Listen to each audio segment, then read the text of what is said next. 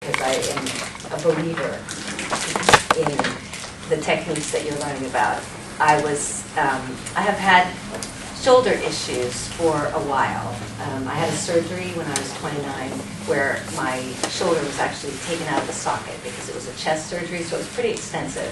And by the time that I was about 38 or 39, I had developed a frozen shoulder, which at the time I, sort of thought it's probably related to the surgery that I had several years earlier, but was told no, in fact it was a completely separate issue. I had twins, and I was always carrying someone on the left side, so I assumed maybe that sort of played into it as well. Went through physical therapy, had a cortisone shot, seemed better. A few years later, I had neck issues that came up, and there was a sense that maybe there was a little bit of thoracic outlet syndrome from the scar tissue from the original surgery, but it had started to affect my shoulder a little bit again as well. At that point, the sort of alternative was, well, maybe we could remove a first rib and, try to get some more space in there. And it seemed pretty invasive, and I just said, I'm just going to live with the pain as long as I know that I'm not doing anything that's too bad.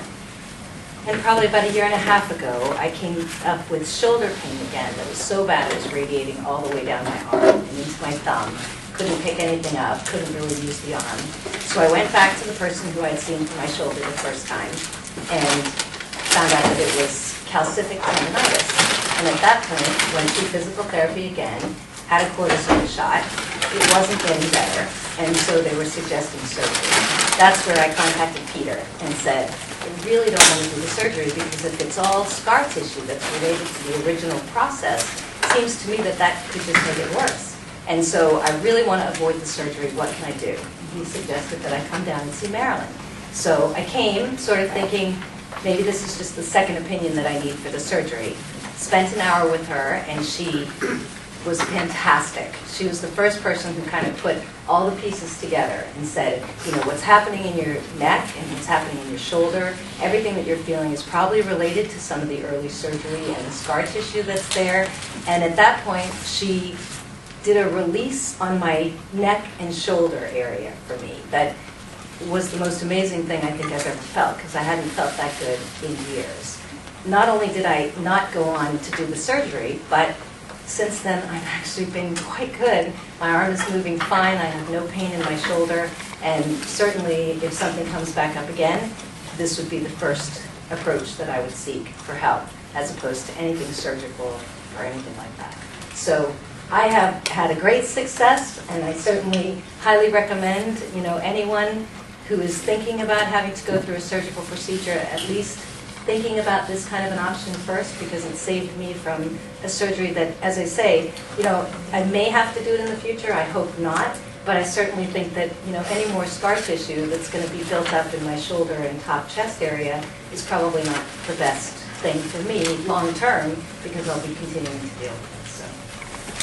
So thank you very much. This is Ellen Weismantel, Jana. I haven't had the pleasure, so thank you very much. It's very nice to meet you. The only thing I might add, Ellen, in terms of, let's say, maintenance of her status quo, so to speak, anything that she should be doing just to maintain. Doing stretching, and you're on your noodle?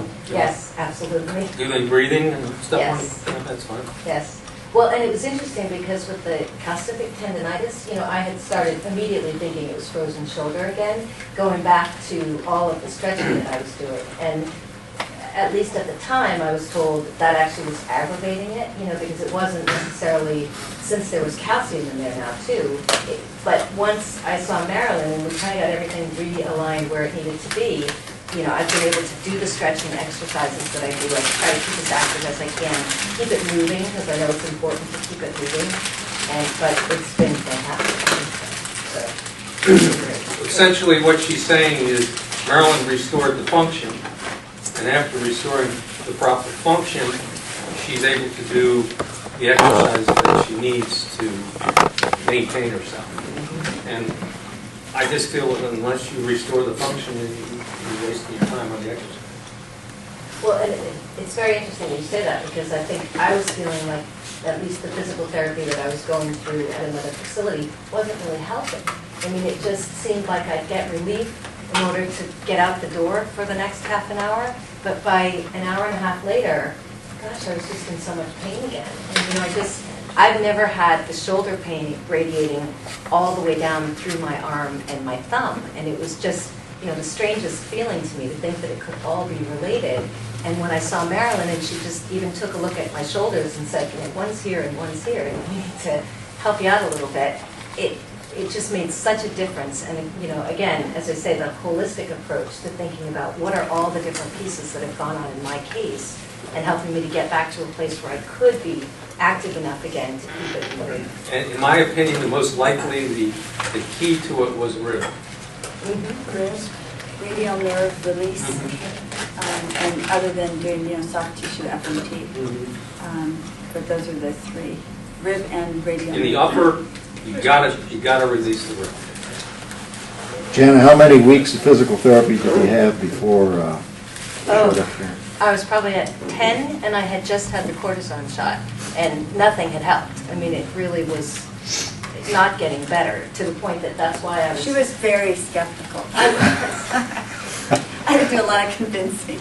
Well, because I just felt like I've been through all of this, and it's not working, and I was disappointed because the cortisone shot I had taken a few years earlier seemed to give me immediate relief, and this one didn't, and so I really thought that I had no option except the surgical approach. So to leave that day and feel as good as I felt and think, okay, but it probably won't last, and to think, here I am, and it's still great. So, as I say, I'm a believer. I highly recommend this, and I'm thrilled that you all get the opportunity to learn how to do this, because I think it's something that can really help.